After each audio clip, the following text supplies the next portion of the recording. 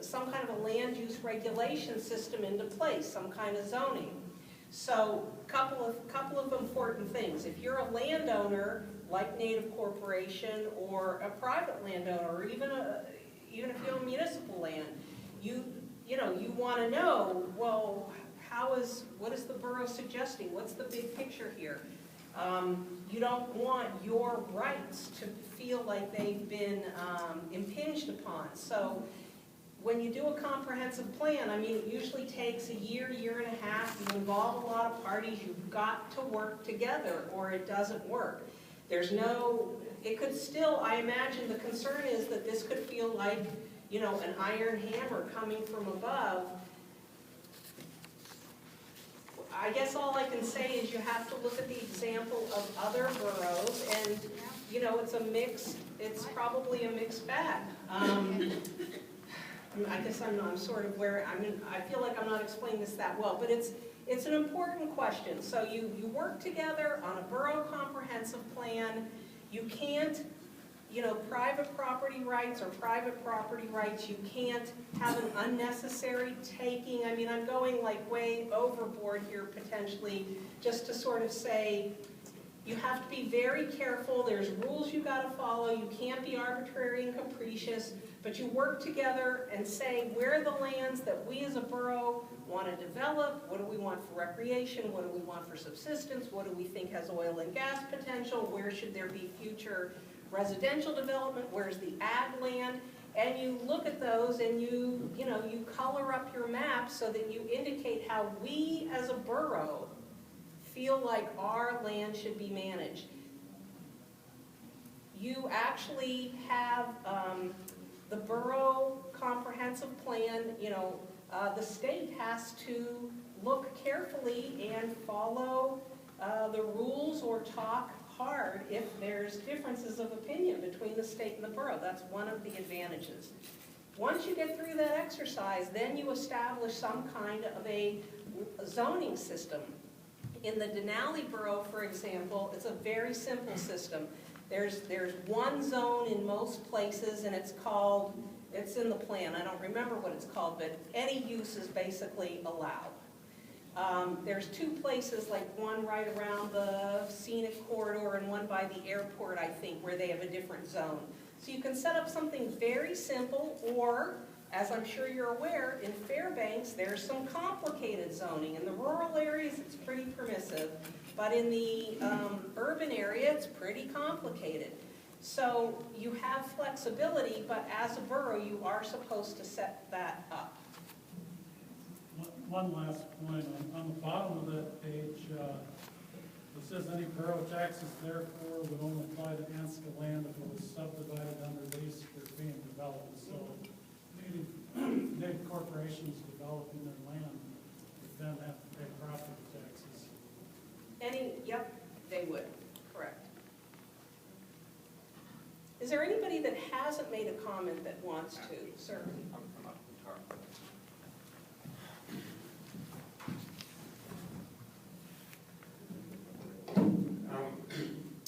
My name is David Coffey.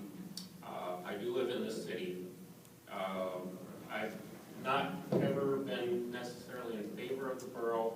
One thing I think always needs to be addressed, though, is how do we get the services to the citizens that the citizens need, and how do they get paid for it?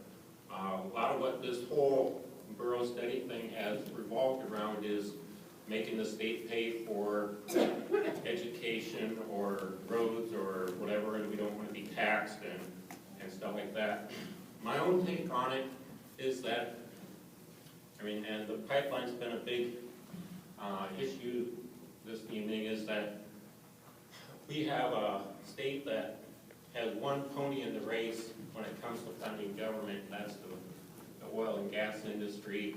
It is a finite resource that's going to run out. I know Mike Grace sent Kat an email recently showing his projections whereby the pipeline may be empty by 2025, which is 10 years from now. If that's the case, and we don't have oil and gas revenue coming in as we've had for the past 40 years roughly, then how are we as a local community going to keep our head afloat? How are we going to keep roads clear? How are we going to educate our children? How are we going to communicate with other communities around the state, whether by boat or airplane or roads? To go and think that we can just pass it off onto the state because it's mandated in the state that the state supplies our schools with the funding, I think it's stupid and irresponsible.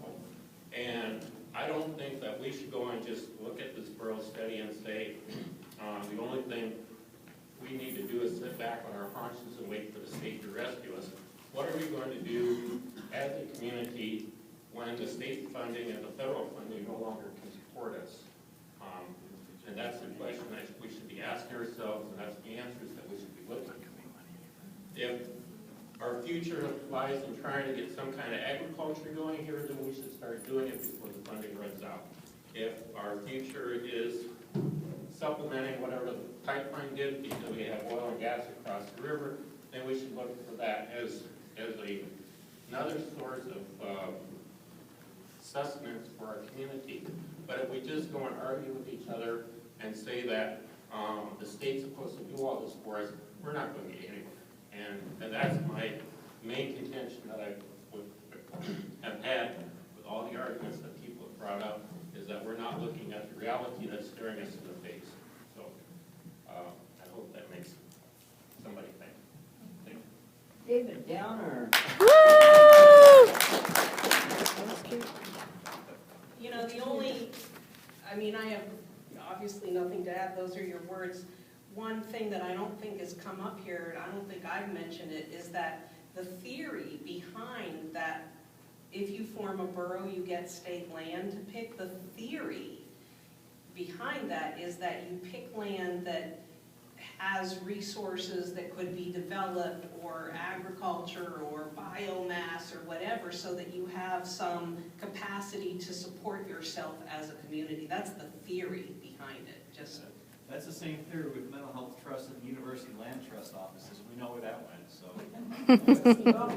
I mean, just from my position, I've had kind of a sore point with me because I had to deal with it on a regular basis. well, except it becomes borough land, so. That doesn't mean it's going to change. Well, I have a question about. Yeah. Sorry. Whatever. No, I have a question about the lands that are eligible. It looks like quite a few of them, well, the majority of it is really far away from any of the communities that are going to be affected by this. So it goes, a lot of them, to get to them, you would have to go through unavailable land. How does that process work? What do you need to create a pathway? And then is the borough responsible for creating it and then maintaining it? I think what you do is you think about those things, and that governs which lands you select and you don't select. But you have to get there first, right? If you select lands that there's no access, then you've created a problem. You have to, this is all the kind of things you decide, you think about. Because, I mean, for example, for Stevens Village, I don't know, here it says figure 8, it has a teeny weeny little triangle that looks about at least 10 miles away and over the river. And that's the only thing on that side of the Yukon for them. So if they wanted to go anywhere else, they'd have to build a bridge on that side. I mean, to even get remotely close to available land. So that's just another reason why I think the geographical boundaries of the map are a little misguided. Okay. Wait, who's going to videotape? She's-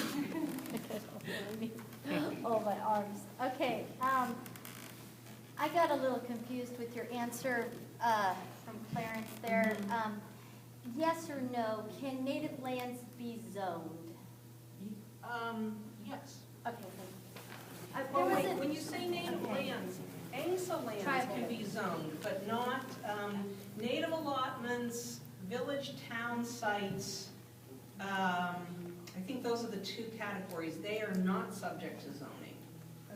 Village, town sites, and what? And native allotments. Native allotments. Yes, How about and- taxing? and I'm not sure how many, I How about couldn't taxing? figure out easily how much village town site land that's still in trust status. There might be in the native communities that are here. There may be some and there may not. But I do know that there's thousands of native allotments in the area. Okay. Yeah. Um, And they're not subject to Can they be zoning. taxed? Okay, and they're not subject to taxes as well? Correct. So in your report, did you put in there, I asked that you would put the households that are taxable, so that we would know, because not every household is taxable. Of course, because there's HUD houses, there's, of course, the tribal lands or whatever that aren't taxable, and rightly so. But we need to know how much of the tax burden is gonna go on how many people, and what is that gonna amount? Yeah. Do you have that in the study?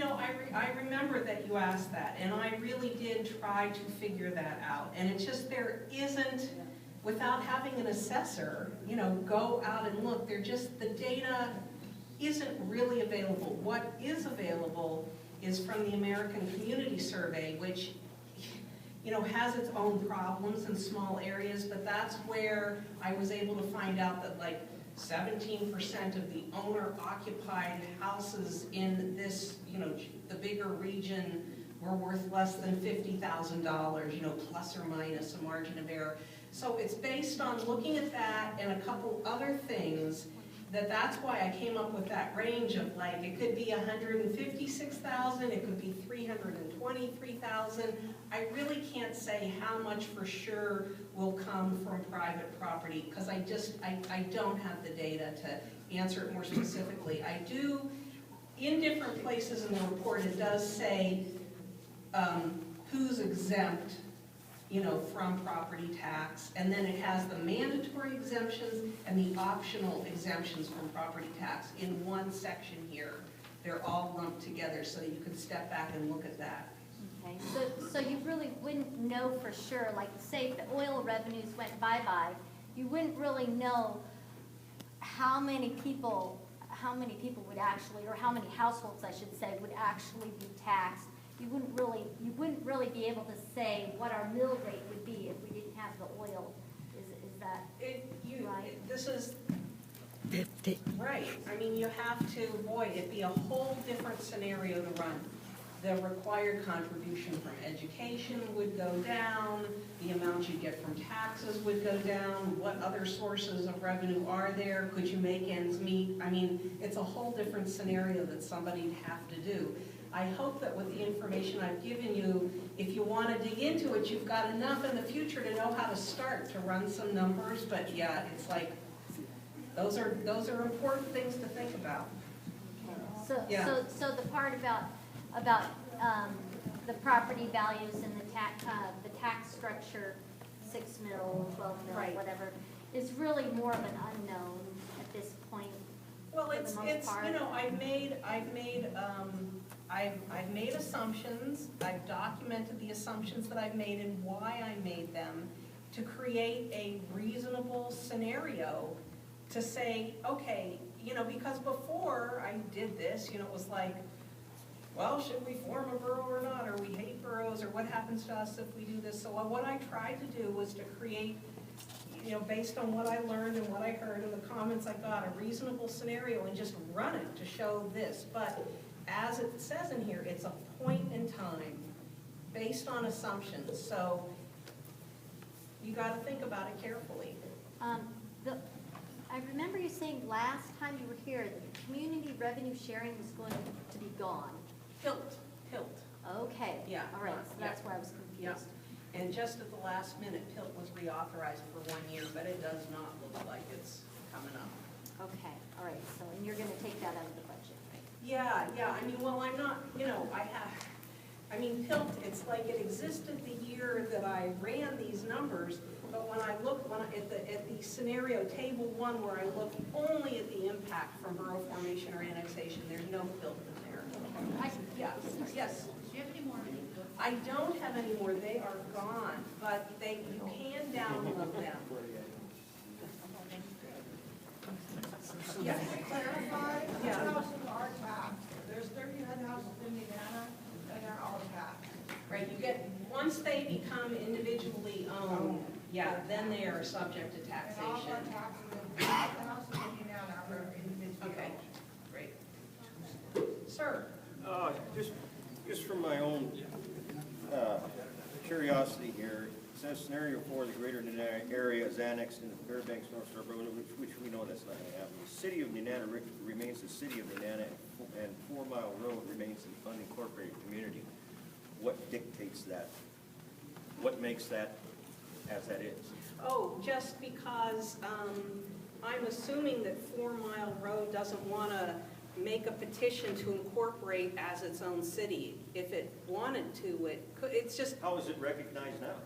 it's recognized as two things. It's just an unincorporated community like Minto They run themselves as a road commission.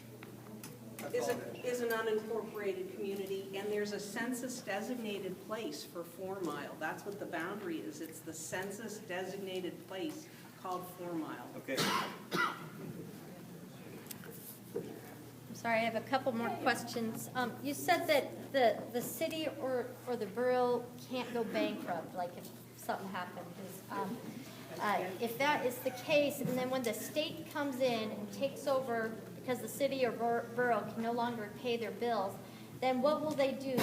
Do they have the power to raise taxes and the power to seize properties for those of us who can't pay the taxes? I just want to say, since people are trickling out, thank you everybody for coming. I just had before people leave. Really, that first meeting was really an intense meeting that we had here, but ever since then, when I've come back, I truly have enjoyed the commentary and the stuff. So thank you for those who are giving. Yeah, so what happens if, as you can see in that section of the plan, I footnoted that information came from Scott Ruby, who's the director, and Scott really is the expert on this, and he said there was a lot of debate about this in the last legislative session because PERS is getting so high and communities are having a hard time meeting it, and so it's become a whole issue.